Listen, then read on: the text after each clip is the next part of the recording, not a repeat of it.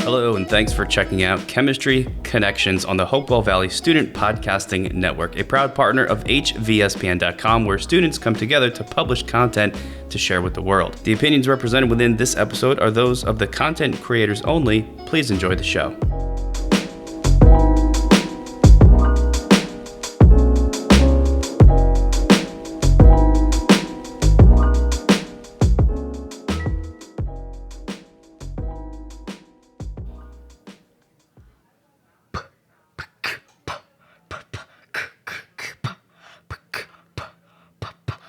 Let the bodies hit the floor. Let the bodies hit the floor. Let the bodies hit the floor. Let the bodies hit the floor. Warning, there are gruesome topics mentioned in this podcast, so feelings of disgust is natural. This podcast is not meant to joke about human decomposition, but to explain the process in a lighthearted manner. We hope this podcast is educational and that you enjoy. Welcome to Chemistry Connections. My name is Laitusis. And I'm Angela Choi. And we're your hosts for episode number 12 called You Thought Gluten Made You Bloated? Today, we will be discussing human decomposition. Yuck. There are 5 stages of human decomposition. The fresh stage, aka autolysis, the bloat stage, active decay, advanced decay, and the dry or skeletonized stage. In this episode, we will be focusing on our personal favorites, the bloat stage and advanced decay stage. To start, during the bloat stage, the body may double in size due to the gases, which is why it has a bloated look. During the advanced decay stage, gut bacteria digest intestines and then surrounding tissues and cartilage. Hair, bones, and ligaments are the only parts of the body that are left over. Insects that chew are attracted to the body during advanced decay, like dogs to a bone. Anyways, let's lighten the mood with a quick joke before we get into the chemistry. So, Katie, what do you do with a dead chemist? I don't know, what? You bury him. We will now be talking about the chemistry behind these stages. In the bloat stage, we will talk about gas pressure and how it affects people during decomposition. During bloating, gases build up and fluids are pushed outside of natural body openings. The bloat phase begins about 3 to 5 days after death, and this occurs when bacteria shifts from aerobic to anaerobic bacteria, which is when they don't require oxygen. The bacteria will feed on the body tissues, causing the sugars to ferment them to produce gaseous byproducts. Probably not the type of passing gas you're familiar with. So then what type of gases are we talking about? Some of these gases produced include methane, hydrogen sulfide, ammonia, carbon dioxide, and nitrogen. What else happens during this stage? During bloating, this stage will also start to attract flies that lay eggs and produce maggots, which will feed on the dead tissue. As more bacteria accumulates, the abdomen and other body parts will grow in size. Anaerobic bacteria converts hemoglobin molecules, which once carried oxygen around the body, into sulfhemoglobin.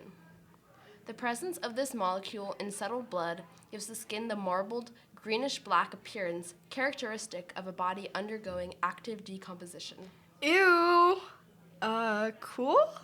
And, even better, as the gas pressure continues to build up inside the body, it causes blisters to appear all over the skin's surface. And sometimes the abdomen will burst from the pressure. I'm never going to an open casket funeral then. So tell me about the advanced decay stage. In the 4th stage, which is advanced decay, this process may start about 25 to 50 days after death. In advanced decay, we will talk about the effect that temperature has on the speed of reactions. During decomposition, the speed of the chemical reactions involved doubles with every 10 degrees Celsius rise in temperature, because when particles are heated, they move faster within the system, creating more collisions and an increase in the rate of the reaction. So, a cadaver will reach the advanced stage after 16 days or 1.14 fortnights at an average daily temperature of 25 degrees Celsius. However, it will take 80 days to reach the stage at an average daily temperature of 5 degrees Celsius. Good thing I don't live in the desert. The higher the temperatures, the more bacteria in the body will produce gas at a faster rate. This will create more openings in the skin for flies to lay their eggs. A decomposing human body in the earth will eventually release approximately 32 grams of nitrogen, 10 grams of phosphorus, 4 grams of potassium, and 1 gram of magnesium for every kilogram of dry body mass.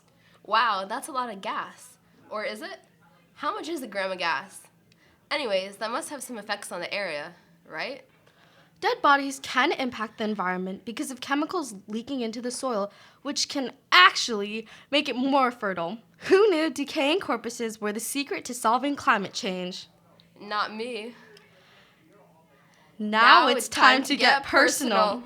We have always been interested in forensics from watching TV shows like Criminal Minds and took the forensic science course during high school. In this course, we went over how people look during death, such as rigor mortis, but never went over different stages of decomposition, and felt interested in this topic. You also never know when you might stumble across a dead body and want to know why it looks so bloated. And juicy? Thank you for listening to this episode of Chemistry Connections. For more student-ran podcasts and digital content, make sure that you visit www.hvspn.com.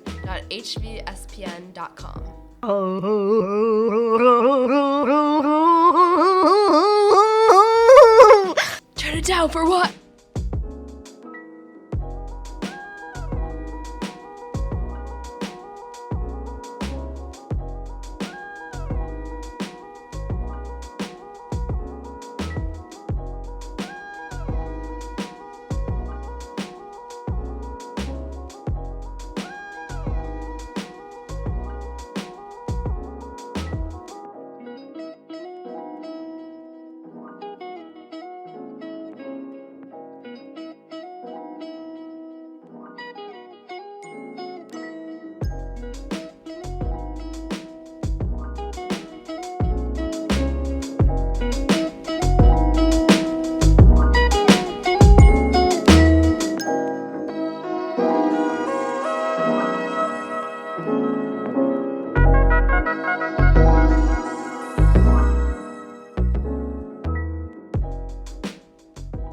Katie, I heard our podcast is on the Billboard Top 100. This must be our lucky day.